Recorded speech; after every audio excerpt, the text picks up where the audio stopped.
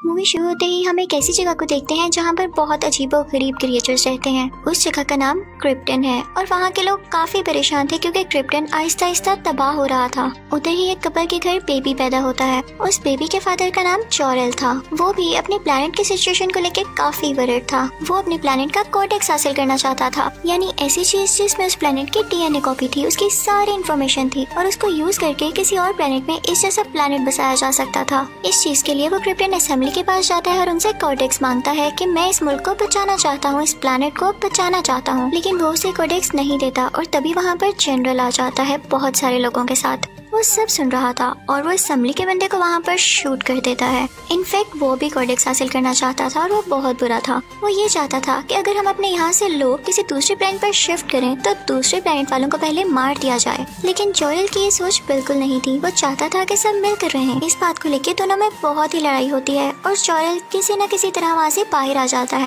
फिर वो वहाँ पर अपने पेट ड्रैगन को बुलाता है और उस पर बैठकर वहाँ से बाहर आ जाता है। फिर वो वहाँ से जाता है कोडेक्स के पास। तभी उसके पीछे पीछे जनरल भी आ जाता है और वहाँ पर भी उसको अटैक करने की कोशिश करता है, लेकिन जोरेल का ड्रैगन खुद पर चोट खाते हुए जोरेल को वहाँ से बाहर निकाल लेता है। फॉर्चुनेटली जोरेल ने वो कोडेक्स हासिल कर लिया था। वो जैसे तैसे करके वो कोडेक्स अपनी बीवी को ला कर देता है। फिर कहता है कि ये लो, इसका सारा डीएनए हमारे बेटे में ट्रांसफर कर दो क्योंकि क्रिप्टन अब तबाह होने वाला है। जोरेल कहता है कि मुझे शुरू में ही पता चल गया था कि हमारा बेटा कोई आम बच्चा नहीं है, इसमें बहुत सारी एबिलिटीज हैं। हमें भी इसकी जान बचानी होगी ताकि बड़ा होकर ये बहुत बड़ा आदमी बने। इसी के साथ वो उसे एक स्पेसशिप में कहीं दूर भेज देते हैं। जोरेल ने अपने बेबी के साथ एक की भी रखी हुई थी। जोरेल की वाइफ काफी इमोशनल हो जाती है, रोने लगती है, लेकिन उन्हें ऐसा करना ही था। तभी वहाँ पर वो जनरल दोबारा आ जाता है और जोरेल पर काफी अटैक्स करके इस बार उसे मार देता है। ये बहुत ही बुरी बात हुई थी। फिर वो बढ़ता है स्पेसशिप की तरफ ताकि उसे भी रोक कर उस पर अटैक कर सके, लेकिन क्रिप्टन असेंबली को ये खबर हो जाती है।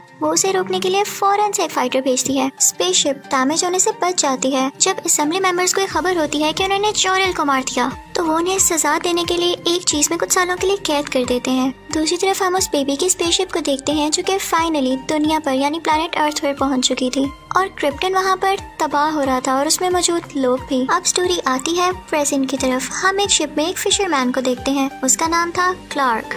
वो भी बहुत सुपर एबिलिटीज रखता था। उस वक्त पास ही में एक जहाज क्रैश हो रहा होता है। क्लार्क फौरन से वहाँ पर जाता है और रेस्क्यू टीम भी वहाँ पर आ जाती है। इसी दौरान एक टॉवर भी वहाँ पर गिरने लगता है और क्लार्क अपनी पूरी पावर से उस टॉवर को रोक लेता है, लेकिन तभी वो जहाज ब्लास्ट हो जाता है जिसकी वजह से क्लार्क भी पानी में गिर जाता है। उसे सब पुरानी बातें याद आने लगती हैं कि जब वो छोटा बच्चा था तो उसके पास कैसी कैसी एबिलिटीज थी। वो सब कुछ स्कैन कर सकता था, उसे दूर की आवाजें आती थी, वो बहुत पावरफुल भी था।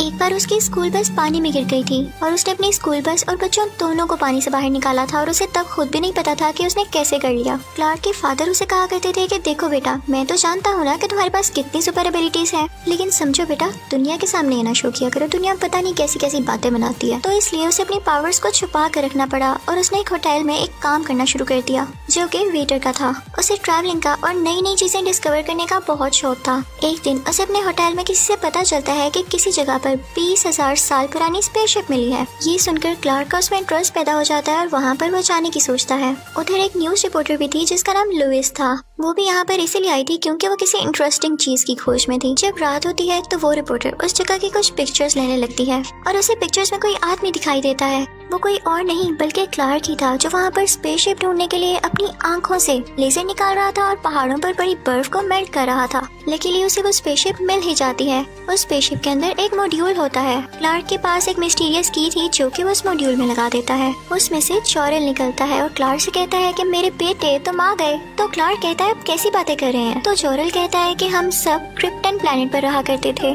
तुम मेरे बेटे हो, और जब वो क्रिप्टन प्लेनेट तबाह हो रहा था तो मैंने और तुम्हारी माँ ने तुम्हें इस दुनिया पर भेज दिया। और रही मेरी बात तो मुझे एक आदमी ने कोडेक्स के लालच में मार दिया। वो उसे कोडेक्स के बारे में भी सब कुछ बताता है। वो कहता है कि मैंने तुम्हें भेजने से पहले तुम्हारा डीएनए कोडेक्स के डीएनए से मैच कर दिया था और इसीलिए तुम्हें बहुत सारी सुपर पावर्स हैं। इसका तुम अच्छे से इस्तेमाल करना और इसके लिए मैं तुम्हें एक स्पेशल सूट भी देता हूँ। ये सब कुछ वो रिपोर्टर लड़की भी देख रही होती है। वो अंदर आकर मॉड्यूल की पिक्चर्स लेने लगती है और मॉड्यूल उस पर अटैक कर देता है जिससे वो गिर जाती है। तभी क्लार्क उसे उठाकर बाहर लेकर आता है। फिर उसके बाद क्लार्क को स्पेसशिप लेके वहाँ से चला जाता है। रिपोर्टर काफी नर्वस थी कि कोई स्पेसशिप यहाँ कैसे आ सकती है। ये सब डिस्कस करने के लिए वो उस न्यूज़पेपर कंपनी के हेड के पास जाती है जहाँ पर वो काम करती थी। वो कहती है कि हमें ये न्यूज़ पब्लिश करनी चाहिए। तो हेड कहता है कि मेरा नहीं ख्याल, अभी कंफर्म नहीं है, इसको यहाँ पर ही फुल स्टॉप दे दो। लेकिन लुइस यानी वो रिपोर्टर ये बात किसी न किसी से शेयर तो करना चाहती थी, तो किसी दूसरे न्यूज़ रिपोर्टर को ये बात बताती है। और दूसरी तरफ हम देखते हैं कि क्लार्क अब सुपरमैन बन चुका था। वो आसमान में बिला खौफ उड़ रहा था।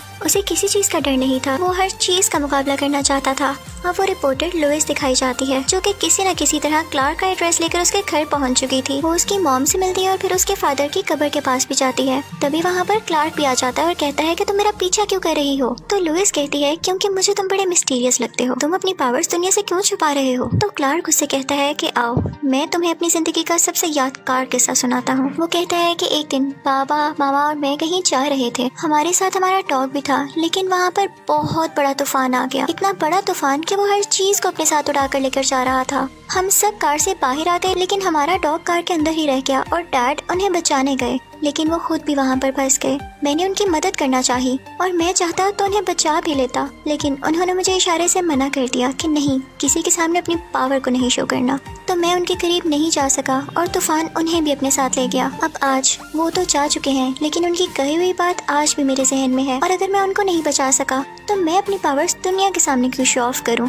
तो वो कहती है कि तुम दुनिया के लिए बहुत अच्छा काम कर रहे हो, keep the good work up. फिर क्लार्क अपनी मॉम के पास जाता है और उन्हें बताता है कि मॉम, मैं सुपरमैन बन चुका हूँ और अब मुझे समझ आ गया है कि मैं शुरू से इतना स्ट्रॉन्ग क्यों था। उसकी मॉम ये सुनकर रोने लगती है और बहुत खुश होती है, लेकिन साथ ही वो कहती है कि तुम मुझे छोड़ के तो नहीं जाओगे। तो क्लार्क कहता है कैसी बातें कर रही हैं, मैं आपके साथ रहूंगा। फिर हम देखते हैं कि आर्मी को सैटेलाइट के जरिए कुछ अजीबोगरीब पिक्चर्स मिलती हैं। उन पिक्चर से ये शो हो रहा था जैसे कोई स्पेसशिप दुनिया की तरफ बढ़ रहा है। फिर उन्हें मैसेज मिलता है कि हमारे प्लेनेट का एक आदमी आपके प्लेनेट पर है, हम उसे लेने आए हैं और अगर वो हमें ना लौटाया गया तो हम तुम्हारी दुनिया को तबाह कर देंगे। ये सुनकर सब काफी परेशान हो जाते हैं, लेकिन उन सबको अपनी सेफ्टी के लिए क्लार्क को वापस भेजना ही था। दूसरी तरफ उस न्यूज़पेपर कंपनी का हेड भी सबको ये खबर बता देता है, क्योंकि अब ये बात किसी से छुपी नहीं थी। फिर हमें पता चलता है कि क्रिप्टन प्लेनेट से वो जनरल भी आ चुका है इस दुनिया में। आर्मी ऑफिसर्स और काफी ज्यादा एजेंट सुपरमैन को ढूंढ रहे होते हैं। सुपरमैन नहीं चाहता था कि उसकी वजह से इस दुनिया में कोई मसला पैदा हो, तो वो खुद ही उनके सामने चला जाता है और सरेंडर कर देता है। अब उसे अरेस्ट करके एक रूम में लाया जाता है जहाँ पर लुइस उससे बातचीत करती है, उसे इन्वेस्टिगेशन करती है। उस रूम में ग्लास लगा होता है जिसके पीछे से आर्मी भी उनकी बातें सुन रही थी। तो क्लार्क उस शीशे के पास जाता है और कहता है कि आपको मुझ पे नजर रखने की कोई जरूरत नहीं, मैंने आपकी सेफ्टी के लिए ही खुद को सरेंडर किया और आप फिक्र न करें, आप भेज दें मुझे उन लोगों के पास ताकि आप लोग सेफ रहें। इस बात से उनको भी अंदाजा हो जाता है कि ये पूरा इंसान नहीं। अब सुपरमैन को एक मैदान में ले जाया जाता है जहाँ पर क्रिप्टन प्लेनेट के लोग उसे लेने आते हैं। वो लोग प्लेनेट अर्थ की आर्मी को कहते हैं कि हमें अपने साथ लुइस को भी ले जाने दें, लेकिन आर्मी नहीं मानती। तो लुइस कहती है कि कुछ नहीं होता, फिलहाल मुझे जाने दें, और वो उनके साथ चली जाती है। क्रिप्टन प्लेनेट पहुंचते ही लुइस को एक चैम्बर में बंद कर दिया जाता है और अब जनरल आता है सुपरमैन के पास। वो सुपरमैन से कहता है ये तो तुम भी जानते होगे कि क्रिप्टन अब तबाह हो चुका है, इसलिए मुझे अब दुनिया में जाना है, प्लेनेट अर्थ पर अपना प्लेनेट बसाना है, तो इसके लिए तुम मेरी मदद करोगे। तो मुझे ये भी बताओ कि कॉर्डेक्स कहाँ पर है। तो सुपरमैन कहता है कि मैं नहीं जानता। जनरल कहता है यानी तुम चाहती हो मैं तुम सब लोगों को मार के दोबारा से नया क्रिप्टन बनाऊं। दूसरी तरफ हम लुइस को चैम्बर में देखते हैं। उसके पास क्लार्क की वो मिस्टीरियस की थी जो कि उसी ने उसे दी थी। वो उस की को वहाँ पर लगाती है तो जोरल फिर से वहाँ आ जाता है। वो लुइस से कहता है कि ये स्पेसशिप मैंने ही बनाई है और मैं इसके सब रास्ते जानता हूँ, बस वैसा ही करना जैसा मैं तुम्हें बताऊंगा। वो उसे लेके बाहर निकल आता है और वो लोग उन लोगों पर अटैक करने लगते हैं, लेकिन जनरल के लोग आगे से उन पर भी अटैक करते हैं। जैसे तैसे लुइस जोरल की मदद लेके